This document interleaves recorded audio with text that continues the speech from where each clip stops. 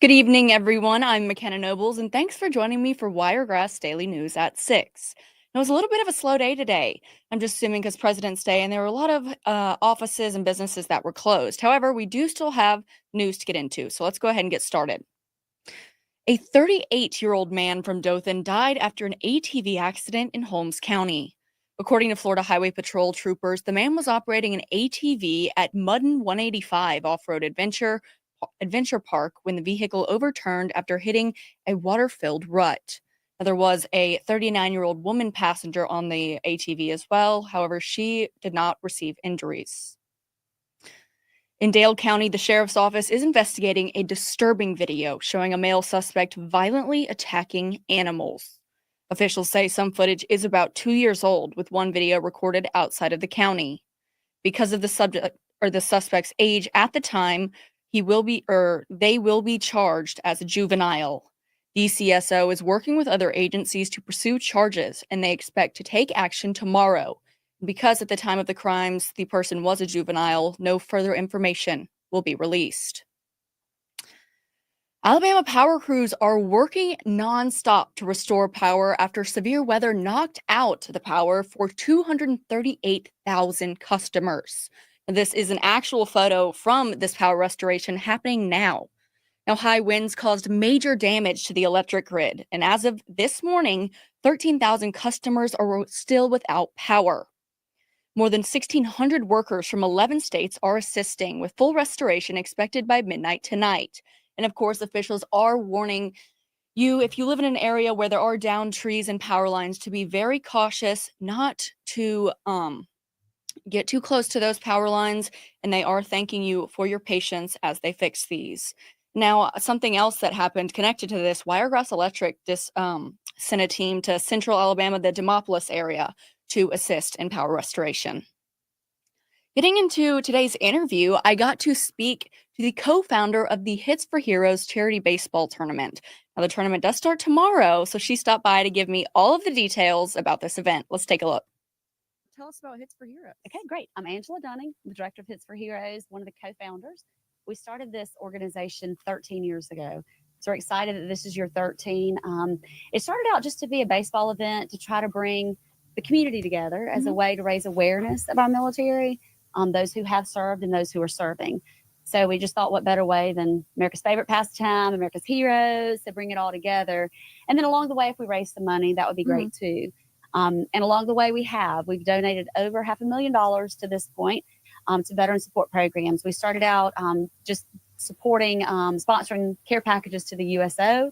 And then that grew into several other things. And now we've landed on Jeep Sullivan's Wounded Warrior Outdoor Adventures.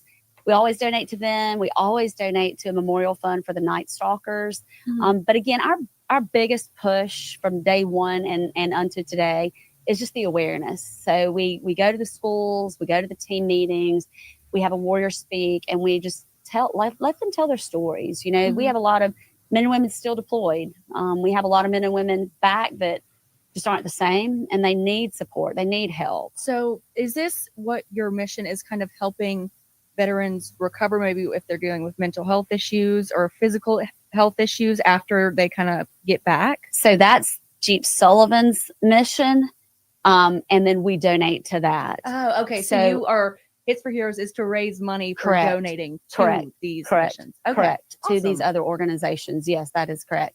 Ours started out as more of an awareness, and our mission is stated on our website, but it's centered around, an athletic event that raises the awareness. And then what money we raise, we donate to programs like what you just said.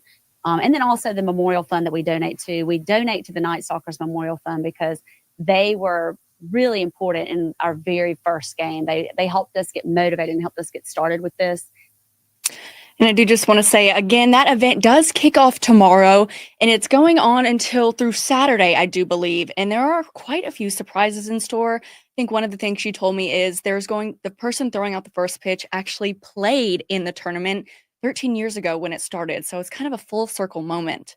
And then what else is on Saturday at noon, a very special little ceremony is going to kind of happen. I don't want to give away too many details, but if you go watch that full interview on our website or our Facebook later tonight, you'll be able to see all the details and all the fun stuff that's going to be happening. Getting into, I guess, some national news today. Grocery stores are limiting egg purchases as the bird flu outbreak drives shortages and price hikes. Over 13 million hens have been lost since December, according to the USDA. Now, major retailers have started to set limits. Publix allows one dozen eggs per customer, Walmart limits to two 60-count packs, Aldi allows 2 dozen per trip, and Sam's Club permits 2 cartons per customer. Now, stores are monitoring supplies as the demand remains high.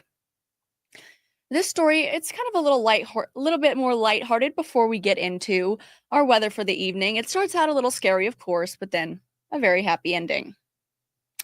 At around 1:30 p.m. on Sunday, February 16th, the Jackson County Sheriff's Office responded to a call about a missing 6-year-old girl. Now, family members believe the child had walked into a wooded area near her home on Mill Road. The sheriff's office activated its K9 tracking unit and helicopter to assist in the search.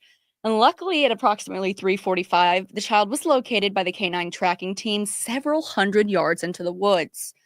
Sheriff Edenfield thanked everyone who assisted in the search, ensuring the child was safely returned to her family. As you can see, there is the sheriff, and look, there's the little girl and the K9 who assisted in finding her. Those dogs are just absolutely amazing to me, the way they are trained and how they can find basically, you say a needle in a haystack, they could find it. I've watched so many videos of people trying to outsmart scent tracing tracking dogs, and they could be in the middle of the woods covered in all sort of scent kind of distractions, and those dogs still manage to find them, I would say about 90% of the time. It's amazing. So obviously we're going to check on tonight's weather before we head off. So tonight we're going to have partly cloudy skies with the low of 33, and winds are going to be light and variable. So not much rain, obviously, as you can see, but it is going to be cold, and it's only going to get colder. Now, tomorrow I will go over the warming stations that are going to be open because the city is opening up, I think 1 or 2, with those freezing temperatures we're expected to get later this week. And now I don't think we're going to be seeing any more snow for quite some time. Things are still going to get pretty cold, and if you need somewhere to go, we also have those linked on our Facebook. It is a pin post, the warming station, and on our website as well. Well, guys, I appreciate you joining me for Wiregrass Daily News at 6. I hope you all had a fantastic weekend and an even better Monday, and I'll see you back here tomorrow, same time, same place. Have a good night.